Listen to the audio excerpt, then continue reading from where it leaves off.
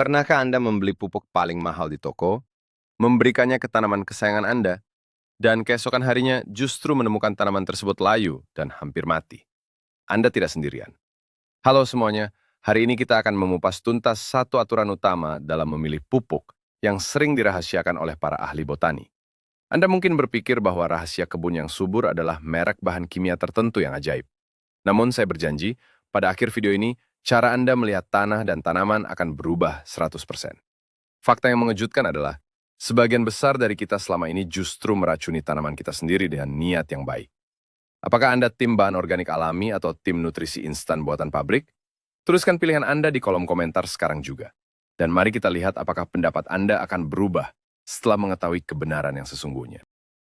Sebelum kita masuk ke rahasia utamanya, mari kita mundur sejenak ke masa lalu untuk memahami mengapa kita sangat terobsesi dengan memberi makan tanaman. Sejak ribuan tahun yang lalu, peradaban kuno seperti di Mesir dan Amerika Selatan telah menyadari bahwa menanam di tanah yang sama terus-menerus akan membuat hasil panen menurun. Mereka mulai menggunakan kotoran hewan dan sisa ikan untuk mengembalikan kesuburan tanah. Kemudian, pada awal abad ke-20, penemuan proses pembuatan amonia sintetis mengubah wajah dunia pertanian selamanya. Penemuan ini memungkinkan manusia memproduksi nutrisi tanaman dalam skala pabrik yang sangat besar. Sejak saat itu, pasar dibanjiri oleh ratusan jenis bubuk dan cairan ajaib yang menjanjikan pertumbuhan kilat. Namun, di tengah kemudahan ini, banyak dari kita yang melupakan konsep dasar tentang bagaimana alam bekerja. Kita menjadi terlalu bergantung pada bahan buatan dan melupakan elemen biologi alami yang sudah ada sejak bumi ini tercipta.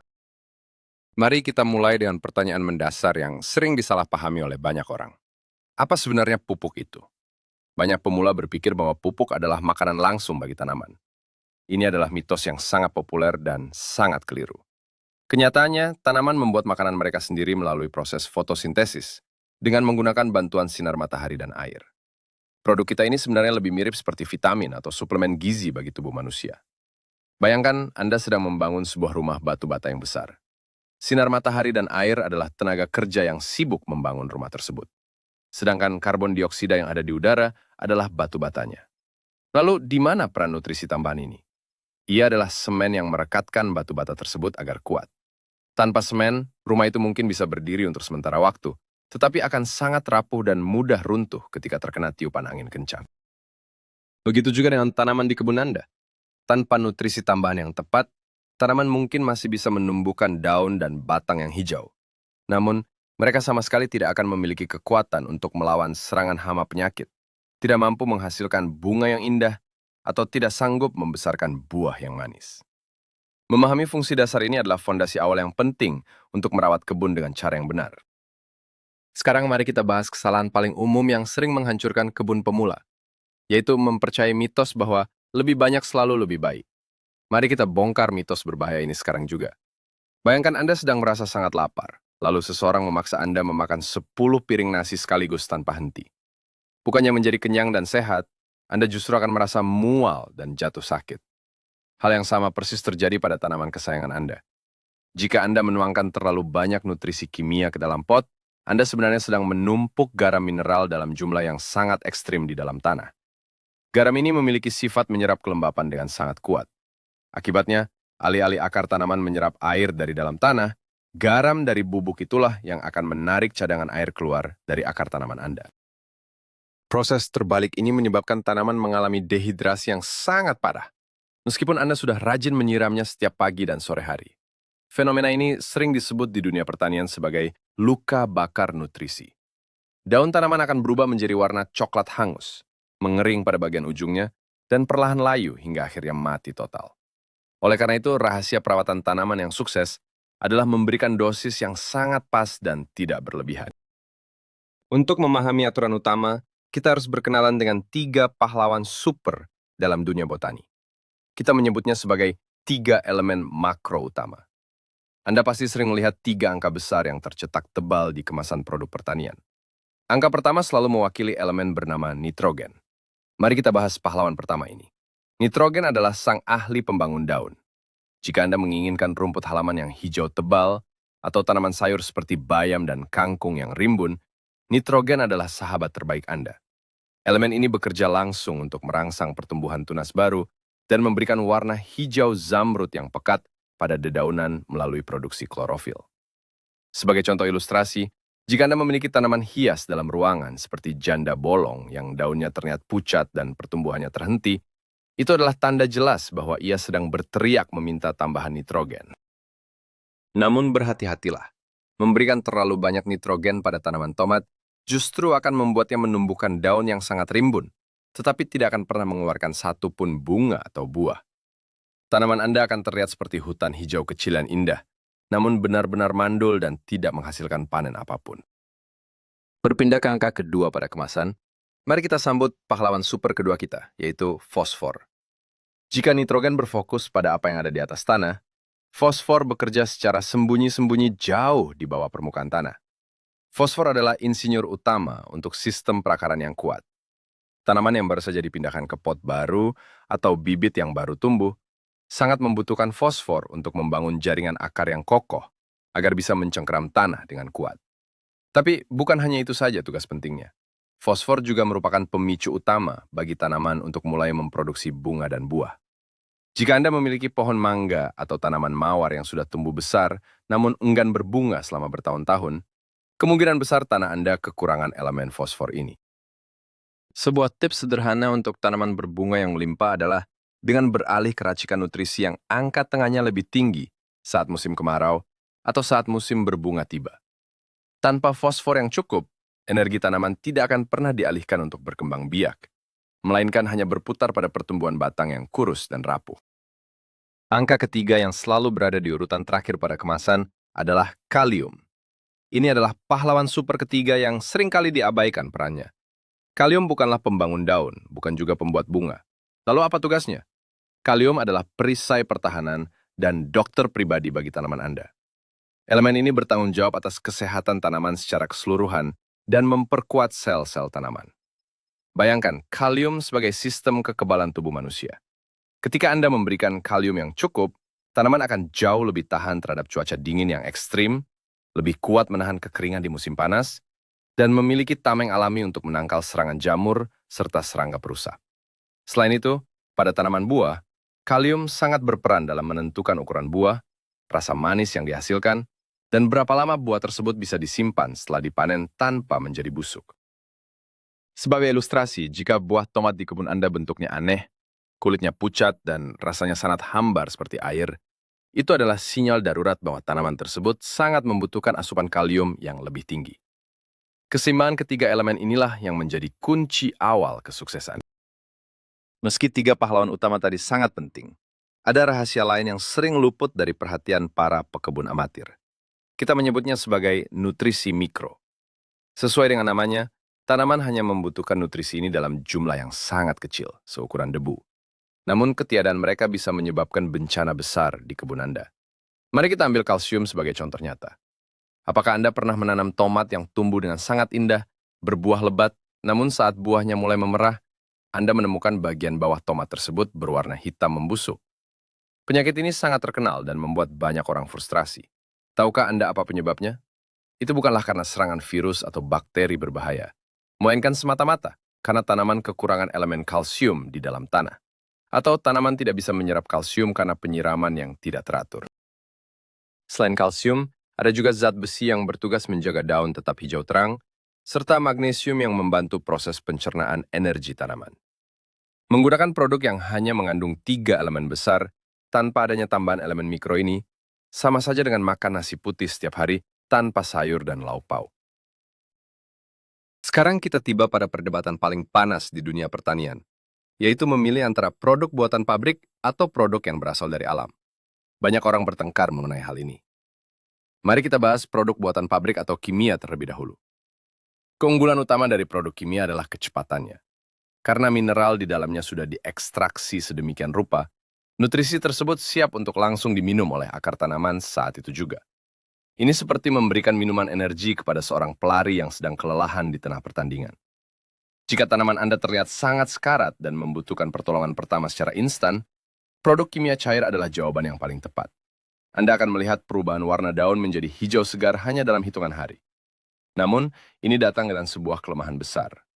Nutrisi kimia ini sangat mudah tercuci oleh air hujan. Selain itu, mereka sama sekali tidak memberikan manfaat apapun untuk memperbaiki tekstur tanah di masa depan. Ibarat makanan cepat saji, ia mengenyangkan dengan cepat, tetapi tidak baik jika dikonsumsi sebagai satu-satunya sumber makanan dalam jangka waktu yang sangat panjang. Lalu, bagaimana dengan produk yang berasal dari alam atau organik? Jika nutrisi kimia adalah makanan cepat saji, maka bahan organik adalah masakan rumahan yang dimasak perlahan dan penuh dengan gizi jangka panjang. Bahan alami seperti kompos, kotoran hewan yang sudah matang, atau sisa tulang ikan tidak bisa langsung dimakan oleh tanaman. Saat Anda menaburkan bahan alami ini ke tanah, Anda sebenarnya tidak sedang memberi makan tanaman tersebut. Lantas, siapa yang Anda beri makan? Anda sedang memberi makan miliaran bakteri baik, jamur, dan cacing tanah yang hidup di sana. Pasukan kecil inilah yang akan mencerna bahan alami tersebut dan mengubahnya menjadi bentuk mineral yang bisa diisap oleh akar. Proses ini membutuhkan waktu berminggu-minggu atau bahkan berbulan-bulan. Namun, manfaatnya sangat luar biasa. Sembari mereka bekerja, mikroorganisme ini juga membuat tanah menjadi gembur, menyimpan air lebih baik, dan menciptakan ekosistem perakaran yang sangat tangguh. Jadi meskipun efeknya lambat, penggunaan bahan dari alam adalah investasi terbaik untuk masa depan. Kebun yang sehat secara mandiri dan berkelanjutan. Ada satu hambatan rahasia yang bisa membuat semua produk mahal yang Anda beli menjadi sama sekali tidak berguna. Hambatan ini bernama tingkat keasaman tanah. Ini adalah fakta yang jarang diketahui orang. Setiap nutrisi mineral hanya bisa diserap oleh akar seperti layaknya sebuah pintu yang terbuka. Dan pintu ini hanya mau terbuka jika kondisi keasaman tanah berada di tingkat yang pas. Sebagian besar sayuran dan bunga menyukai tingkat keasaman yang netral, yaitu di angka 6,5 hingga 7. Jika tanah Anda terlalu asam, yang sering terjadi di daerah dengan curah hujan sangat tinggi, pintu untuk menyerap elemen fosfor dan magnesium akan terkunci rapat. Sebaliknya, jika tanah terlalu basah, elemen zat besi tidak akan bisa masuk ke dalam tanaman, menyebabkan daun muda berubah menjadi kuning pucat atau nyaris putih sempurna. Jadi sebelum Anda menyalahkan produk nutrisi yang Anda beli, langkah paling cerdas pertama kali adalah memeriksa kondisi keasaman tanah Anda menggunakan alat ukur sederhana. Percuma menaburkan segudang vitamin jika pintu masuk di akar tanaman sedang terkunci dari dalam. Langkah selanjutnya dalam menguasai perawatan kebun yang sederhana adalah kemampuan membaca petunjuk dengan benar. Jangan pernah membeli sesuatu hanya karena gambar bunganya terlihat indah di bagian depan botol kemasan. Selalu putar botol tersebut dan baca tabel kandungan rasionya. Jika Anda melihat angka 20-10-10, ini berarti produk tersebut sangat dominan dalam mendorong pertumbuhan daun, karena angka pertama sangat tinggi. Racikan ini sangat cocok untuk rumput atau sayuran selada. Namun, jika Anda melihat angka 10-30-20, ini adalah ramuan khusus untuk merangsang bunga dan buah, karena angka di tengah sangat mendominasi. Memahami deretan angka ini akan menyelamatkan Anda dari kesalahan fatal. Mitos yang sering beredar adalah menggunakan satu jenis ramuan untuk semua jenis tanaman di pekarangan. Itu adalah resep menuju kegagalan. Pohon jeruk Anda memiliki selera makan yang sangat berbeda dengan tanaman hias pakis yang tumbuh di sudut ruangan yang teduh. Jadilah pekebun yang cerdas dengan selalu mencocokkan rasio angka tersebut dengan siklus hidup dan jenis tanaman yang Anda rawat. Bentuk dari nutrisi yang kita berikan juga sangat memengaruhi hasil akhirnya.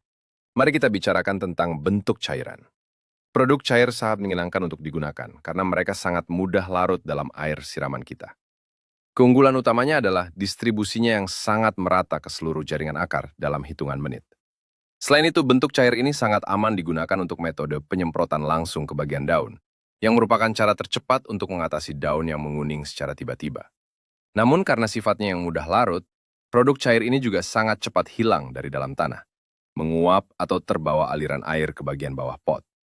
Oleh karena itu, jika Anda memilih bentuk cair, Anda harus memiliki komitmen untuk memberikannya secara rutin, misalnya setiap 2 minggu sekali tanpa terlewat. Metode ini sangat ideal untuk tanaman sayur yang memiliki umur panen sangat pendek, atau untuk koleksi tanaman hias di dalam ruangan yang berada di dalam pot kecil dengan jumlah tanah yang sangat terbatas. Berbeda dengan bentuk cairan, kita juga mengenal bentuk butiran padat. Bentuk butiran ini adalah solusi cerdas bagi Anda yang memiliki jadwal sibuk dan tidak punya banyak waktu untuk mengurus kebun setiap minggu. Butiran padat dirancang dengan teknologi khusus agar melepaskan nutrisinya secara perlahan-lahan setiap kali tanah terkena siraman air atau hujan. Beberapa jenis bahkan bisa bertahan menyuplai makanan hingga 6 bulan lamanya hanya dengan satu kali taburan di awal musim. Bayangkan betapa praktisnya hal ini. Anda cukup menaburkannya di sekeliling pangkal batang pohon buah-buahan atau tanaman hias luar ruangan di awal musim hujan. Lalu biarkan alam yang melakukan sisanya. Kelemahannya hanyalah reaksi awalnya yang cukup lambat. Anda tidak akan melihat perubahan ajaib dalam waktu semalam. Selain itu, Anda harus berhati-hati saat menaburkannya. Jangan sampai butiran kimia padat ini bersentuhan langsung dengan batang utama tanaman. Karena konsentrasinya yang tinggi dapat membakar dan merusak kulit batang, membuka jalan bagi penyakit untuk masuk.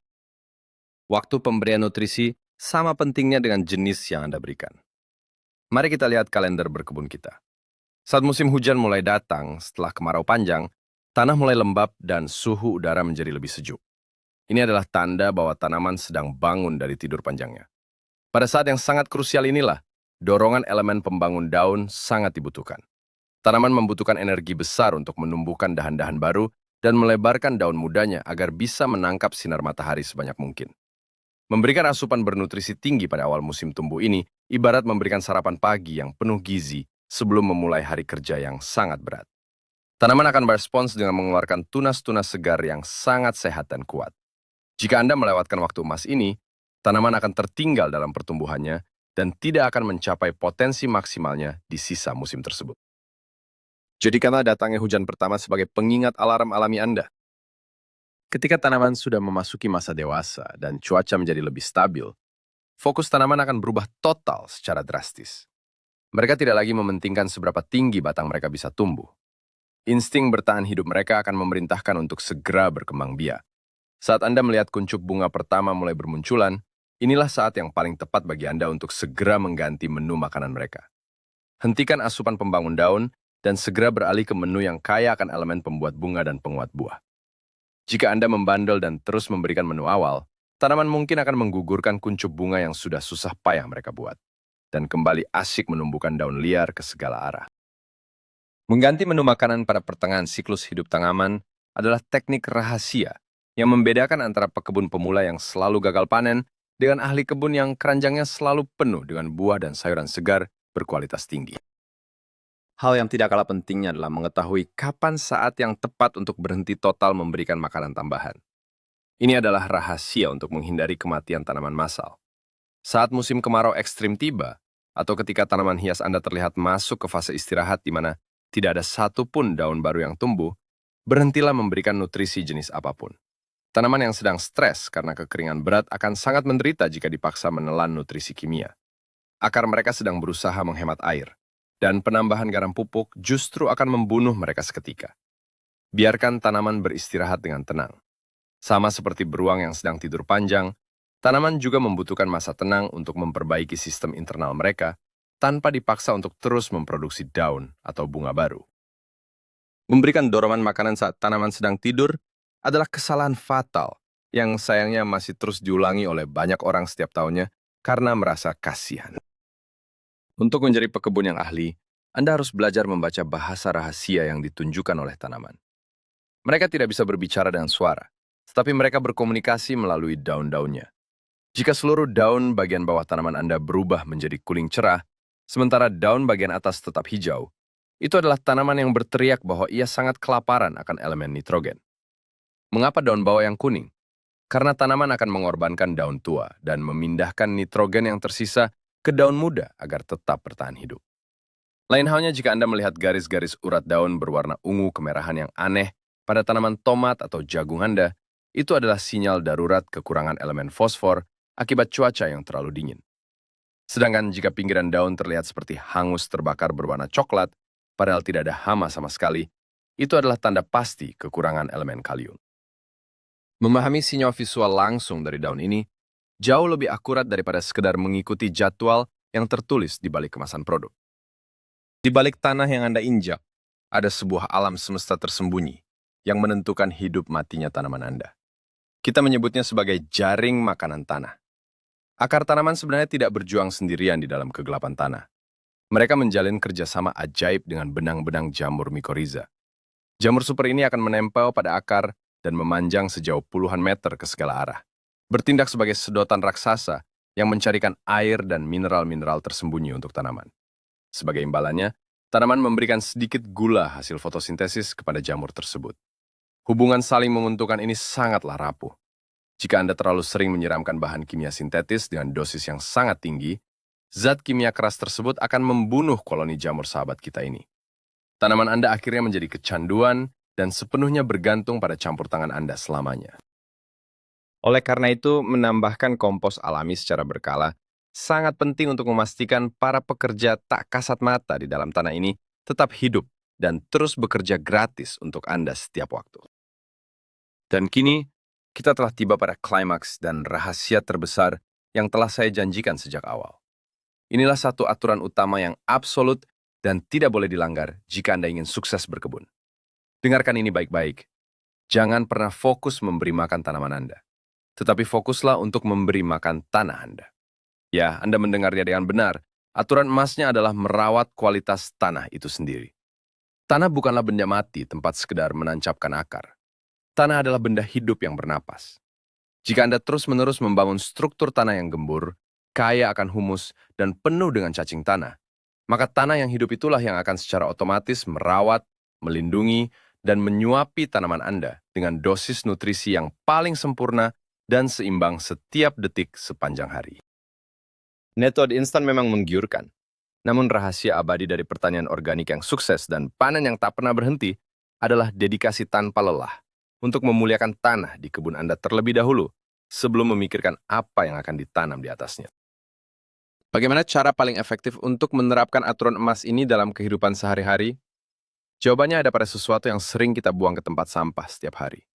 Sisa sayuran dari dapur, kulit buah, dan daun-daun kering yang berguguran di halaman adalah emas hitam yang sedang menunggu untuk diciptakan. Mengubah sampah ini menjadi kompos yang matang adalah langkah paling revolusioner yang bisa Anda lakukan untuk kebun Anda. Kompos adalah penetral alami yang ajaib. Ia bisa mengikat tanah berpasir agar bisa menahan air, sekaligus membuka rongga pada tanah liat yang keras agar akar bisa bernapas dengan lega. Dengan mencampurkan segenggam kompos tebal ke sekitar pangkal tanaman Anda setiap beberapa bulan sekali, Anda sedang menciptakan benteng pertahanan nutrisi yang sangat kuat, yang tidak bisa ditandingi oleh produk kimia buatan pabrik manapun. Ini adalah cara termudah, paling murah, dan paling masuk akal untuk mengembalikan kebaikan alam ke pangkuan kebun halaman belakang Anda tanpa harus menghamburkan banyak uang lagi. Sebagai langkah terakhir untuk menyempurnakan strategi Anda, buatlah jadwal perawatan yang disesuaikan secara pribadi dengan kondisi kebun Anda. Jangan menyalin buta-buta saran dari internet yang berasal dari negara dengan 4 musim jika Anda tinggal di daerah beriklim tropis. Amati tanaman Anda. Mulailah dengan dosis yang sangat rendah terlebih dahulu, lebih baik kurang daripada kelebihan. Kombinasikan kecepatan produk larut air untuk keadaan darurat dengan kekuatan jangka panjang dari kompos dan bahan organik alami. Ingatlah untuk selalu menyiram tanah dengan air biasa terlebih dahulu sebelum Anda menuangkan cairan berkalori tinggi apapun, agar akar tidak terkejut dan terbakar. Berkebun bukanlah ilmu pasti yang kaku, melainkan seni mengamati dan merespons alam di sekitar kita. Dengan kesabaran dan kemauan untuk memahami aturan-aturan dasar yang telah kita bahas secara mendalam ini, mengubah pekarangan rumah yang gersang menjadi surga hijau yang rimbun dan produktif, bukanlah sekedar mimpi semata, melainkan sebuah kenyataan yang bisa Anda raih dengan sangat mudah. Jadi, disinilah letak titik baliknya. Selama ini kita mungkin terjebak dalam ilusi bahwa botol plastik mahal di toko pertanian adalah kunci utama kesuburan. Namun kebenarannya, seperti yang telah kita bongkar bersama, adalah bahwa alam telah memiliki sistemnya sendiri yang jauh lebih canggih. Aturan utamanya tidak bisa ditawar lagi. Berhentilah mengejar pertumbuhan instan dengan memborbardir tanaman Anda. Beralihlah ke pendekatan cerdas dengan memberi makan tanah, menghidupkan ekosistemnya, dan biarkan tanah yang mengambil alih tugas berat merawat tanaman Anda. Jika Anda mulai mempraktikkan pergeseran pola pikir ini, Anda akan terkejut melihat seberapa tangguh dan mandirinya kebun Anda nantinya. Terima kasih banyak telah menemani saya belajar hari ini. Jika rahasia ini membuka mata Anda dan bermanfaat, pastikan untuk menekan tombol like, subscribe ke saluran kami, dan nyalakan loncengnya agar kita bisa terus berkebun bersama. Sekarang giliran Anda. Metode apa yang selama ini paling sering Anda gunakan di rumah? Apakah Anda lebih suka bahan alami atau produk instan? Mari kita diskusikan pengalaman seru Anda di kolom komentar di bawah.